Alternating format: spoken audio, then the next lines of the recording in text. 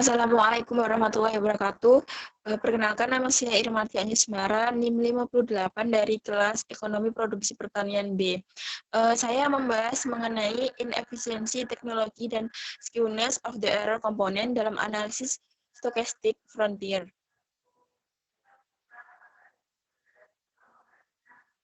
Untuk pembahasannya yaitu ada pendahuluan, model analisis perbatasan produksi stokastik, apa yang sebenarnya diukur oleh kemiringan negatif dan positif, yang terakhir yaitu kesimpulan.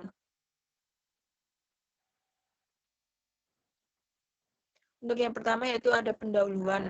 Masalah umum dalam penggunaan analisis frontier produksi stokastik adalah perkiraan kemiringan residual positif.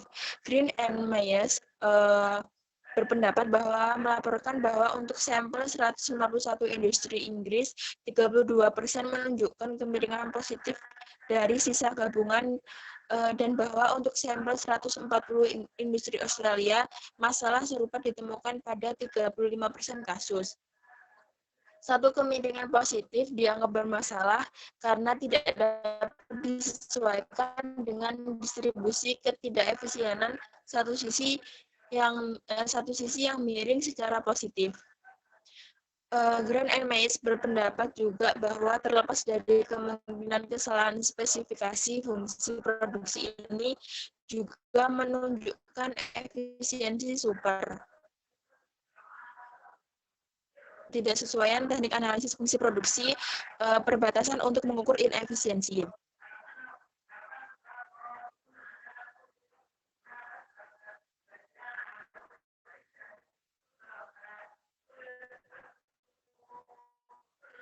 Untuk model analisis perbatasan produksi stokastik yaitu ada untuk sampel N perusahaan yaitu ada persamaan yang pertama I sama dengan A plus IB plus E sama dengan 1 untuk persamaan yang pertama. Persamaan yang kedua yaitu E.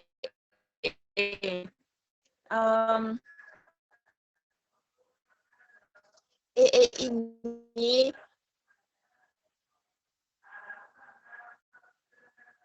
kemiringan negatif.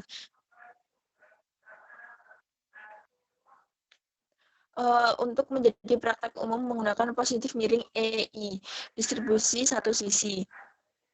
Untuk persamaan yang ketiga yaitu I sama dengan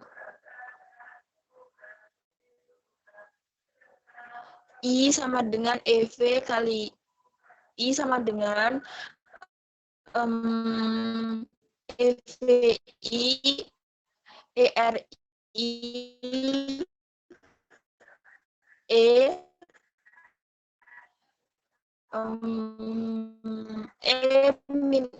E sama dengan positif. Untuk persamaan yang ketiga. Jadi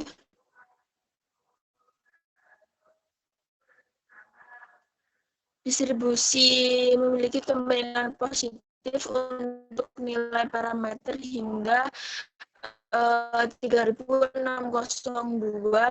dan koefisien kemiringan negatif untuk nilai parameter yang lebih tinggi.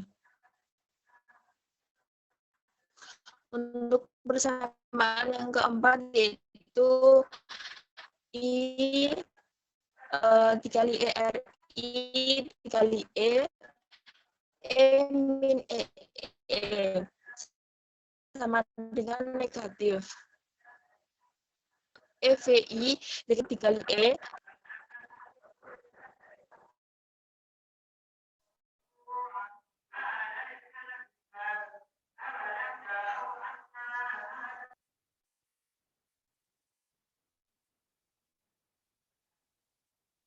Untuk persamaan yang keenam yaitu E dikali E dikali E dikali E. Dari persamaan 4 dan 6, untuk distribusi dua parameter dapat diturunkan dalam analog dengan um,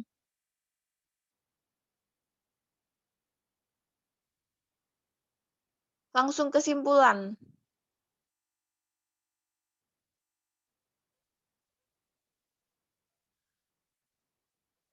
sebelumnya.